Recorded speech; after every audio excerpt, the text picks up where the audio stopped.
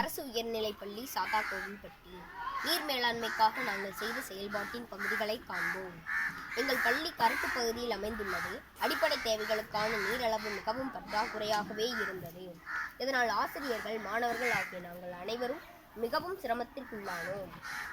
இதனால் அடிப்படை தேவைகளுக்கான நீர் தேவையில் பூர்த்தி செய்ய வேண்டிய கட்டாய சூழல் ஏற்பட்டது. நாங்கள் செய்த செயல்பாட்டின் பகுதிகளை இனிதே காண்போம். எங்கள் பள்ளியில் உள்ள மரக்கன்றுகள் வறட்சியை தாங்கி வளரும் பொருட்டு மரக்கன்றுகளை சுற்றி தேங்காய் நார்களை தூவுவதன் வண்ணம் மாணவர்கள் ஏற்பாடு செய்து கொண்டிருக்கின்றனர். மேலும் எங்கள் பள்ளியில் மாணவர்களின் முயற்சியால் மழைநீர் சேகரிப்பு திட்டமானது போடப்பட்டுள்ளது. தரை வழியாக வழிந்து ஓடும் மழைநீரானது இந்த மழைநீர் சேகரிப்பு தொட்டியில் சேகரமாவதற்கு ஏற்பாடு செய்யப்பட்டுள்ளது. மேலும் இந்த மழைநீர் சேகரிப்பு தொட்டியானது ஆழ்நிலை நீர்த்தேக்க தொட்டிக்கு அருகில் அமைந்துள்ளதால் அந்த ஆழ்நிலை நீரானது நன்னீராக மாறுவதற்கு வாய்ப்புள்ளது. ஏனெனில் அந்த ஆழ்நிலை நீர்த்தேக்க நீரானது உவர்ப்பு தன்மையுடனும் கலங்கல் தன்மையுடன் இருந்தது. தற்போது மேம்பட்டு உள்ளது. இதற்கு காரணம் இந்த மழைநீர் சேகரிப்பு திட்டம். மேலும் எங்கள் பள்ளியில் உள்ள நன்னீர் ஆதாரத்தை நாங்கள் சிக்கனமாக பயன்படுத்தும் பொருட்டும் அதிகப்படியான நீர் விரயமாவதை தடுக்கும் பொருட்டும் எங்கள் பள்ளி மாணவர்கள் காலை இடைவேளையின் போதே வாளிகளில் நீர் நிரப்பி அந்த நீரை மரக்கன்றுகளுக்கு அருகில் வைத்துவிடுவர். ஒவ்வொரு வகுப்பிற்கும் ஒரு வாளி வீதம் மரக்கன்றுகளுக்கு வைக்கப்படுகிறது.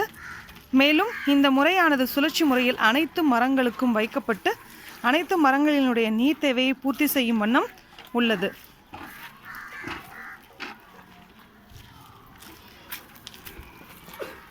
மதிய உணவு இடைவேளையின் போது மாணவர்கள் இந்த நீரை பயன்படுத்தி தங்கள் கைகளை கழுவுகின்றனர்.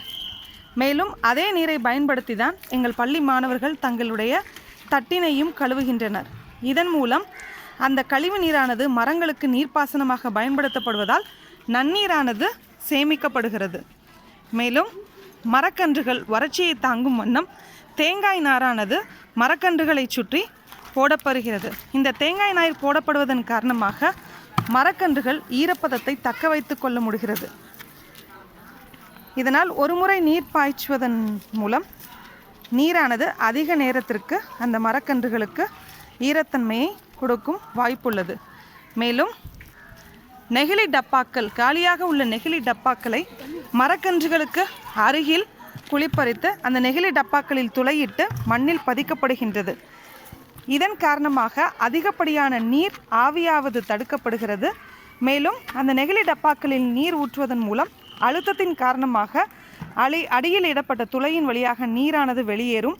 அதை தாவர வேர் நேரடியாக உறிஞ்சுவதற்கு வாய்ப்பாக உள்ளதால் அதிகப்படியான நீர் ஆவியாவது தடுக்கப்பட்டு நன்னீரானது சேமிப்பதற்கு இதுவும் ஒரு வழியாக உள்ளது.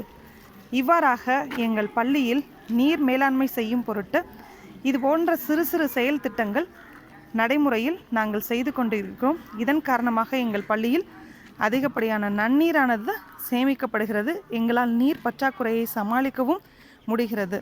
இதே திட்டத்தை ஒவ்வொரு பள்ளிகளிலும் கல்லூரிகளிலும் செயல்படுத்துவதன் மூலம் அதிகப்படியான நன்னீர் சேமிப்பதற்கு ஒரு மிக பெரும் வாய்ப்பாக அமையும்.